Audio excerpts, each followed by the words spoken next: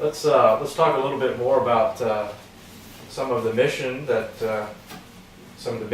you've been engaged in. And this is a picture of you, Right. I understand, in part of the spacewalk.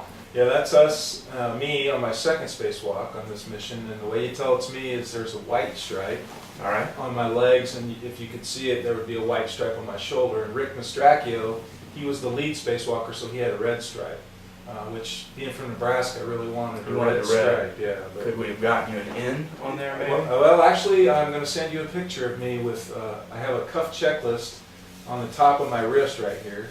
And on the opening page of that is a red N that I got from the football team at the University of Nebraska Lincoln. So that was the only allowable N they gave you on the mission? Yes, You might have to work on that. kind of snuck that in. So what's that like to walk out in space? Well, it's really cool. Your suit is your spaceship. So you've left one spaceship in your own spaceship to go outside. This tether right here that just goes out of the picture is an 85-foot, this is just a extender. But there's a tether that's an 85-foot braided wire cable. And that's the only thing really that's holding you onto the space station. So if you fall off, you have this jetpack on the back. You do have a backup there. And if I fall, I can turn that on and hopefully fly myself back to the station and grab on again. But that's always assuming that the tether is still attached, right? Right. Well, you never use this unless something really went wrong with that and it broke. And you were actually falling away. Because the idea is if I let go, this braided cable retracts automatically and it would pull me back to the airlock. Oh, I see. So, but if for some reason that broke or snapped or... When you say you let go of the actual... yeah, right now I'm only holding on with that hand right there. So this cable... So you have to hold on to something the whole time unless there's a deliberate willingness or need to let go and float somewhere else. Right. Okay. And they don't like you to hop. They call that hopping. And you know, if you let go and let that thing pull you and then try to grab again, you could do it theoretically, but it's not very wise. It's just not part of procedures. Right, exactly. Okay. So I have my visor down because we're in the sunlight, and this picture is actually taken by the guys on the shuttle.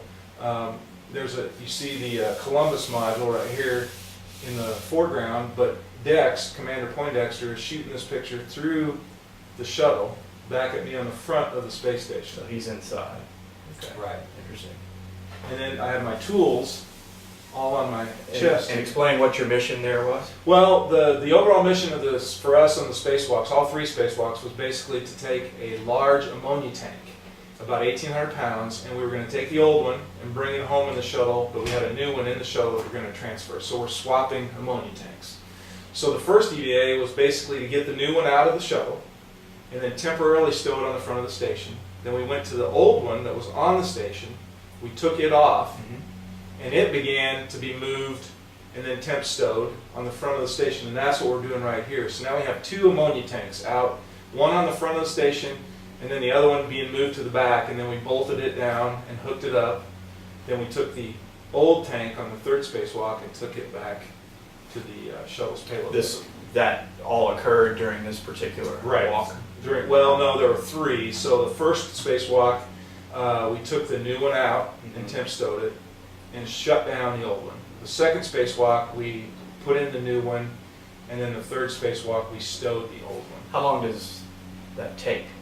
6.5 to 7.5 hours. This spacewalk was 7.5 hours. So you're out there for 7 hours? A long time, and you're actually in the suit for 10 or 12 hours, which is kind of uncomfortable. The suit is pressurized to about 4.3 pounds per square inch, which all that means is it's very stiff. Okay. So your hands are stiff, your arms are stiff, and in this picture, when I let go with my second hand to open up to wave at Dex, the suit wants to curl back up, right? So you're constantly having to push, on it. and it's very hard on your arms and your forearms. So this is a rigorous workout the whole time? Right, right. You have to be in shape to be able to do this. Outstanding.